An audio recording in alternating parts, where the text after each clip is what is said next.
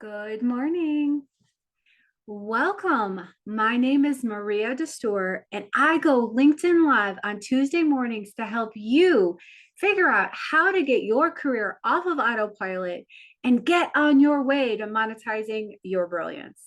Today, I'm going to talk about self-promotion. I know when I even say these words or think about it, it makes me feel kind of icky. Why is that? Because if you are in a career pivot, you need to master the art of self-promotion. So today I'm going to talk about why we need to do this, why it feels icky, and what steps we can take to actually get out there and sell ourselves. All right. I don't know that I need to go very deep into why self-promotion is important when you're in a career pivot. I think we all can guess visibility, building your reputation, being able to network effectively and maximize your network in that yes, you're supporting people in your network, but they're also supporting you. Just that confidence boost. You have done amazing things in your career. Be proud and learn how to talk about them in a way that accelerates your career. Advancement, creating opportunities for ourselves, and let's not forget that overcoming imposter syndrome piece. So why do we struggle when it comes to self-promotion? Why does it feel gross? Well, it might have started from your childhood, your parents' influence. Were your parents people who were out there self-promoting? Were people in your network out there self-promoting? Or were you taught to be humble and respectful and quiet? Not that those things are not interchangeable, because they both can exist at the same time. You may struggle to self-promote as an adult if you had no models of that as a child and as a young adult and teen. Let's talk about the cultural norms about humility. Cultures place a high value on being modest, and girls especially may feel uncomfortable drawing attention to themselves or speaking positively about their achievements. Fear of backlash, you may be seen as conceited or full of yourself. Again, some people might be perceived as arrogant or aggressive or unlikable. Now, there's a line, right? How we self-promote,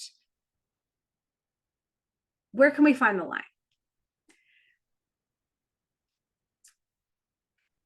Different people value different types of praise and feedback. Are you comfortable when someone says, good job? Someone tells you and recognizes you when you get a trophy? Are you standing up there proud? Or are you just, deflecting the praise to your team and all the other people who have gotten you there? Are you very modest? Are you proud? You may have never had a role model who showed you how to track your achievements, how to talk about your achievements, and how to be proud about your achievements. So how can we fight those well-programmed lessons and cultural norms and gender roles and stereotypes and begin to build our confidence? The easiest way, and the number one thing that I hope that everyone does, have a kudos file. This could be a physical file. This could be a Word document. It could be a journal. In your email, right, create a folder called the kudos file. And anytime anyone says something nice about you, or in your heart that you've just made this goal, and even if other people aren't hearing or talking about it, we'll get to that. You need to document this stuff. Write it down, save the emails to that folder, screenshot the social media when someone says something in the chat or says something in the comments or sends a message. When you make a big achievement at work, make sure you're writing it down either in your resume or in another document with actual numbers, what you achieved, who was there, because you're going to need this stuff. So the next step is to write out those proudest achievements. If you didn't have a kudos file right now, go back think about your career, think about your life. Both things matter. Write down those proudest achievements. What were they? Because when you write them down, you can start to piece out who was there, who saw this glory, who might be able to help you get to your next thing. You'll be able to write those skills, soft skills, hard skills that got you to this achievement. Those are the things that you are a Superman or Superwoman to use, those skills, but maybe those things are the things that will take you to that next thing.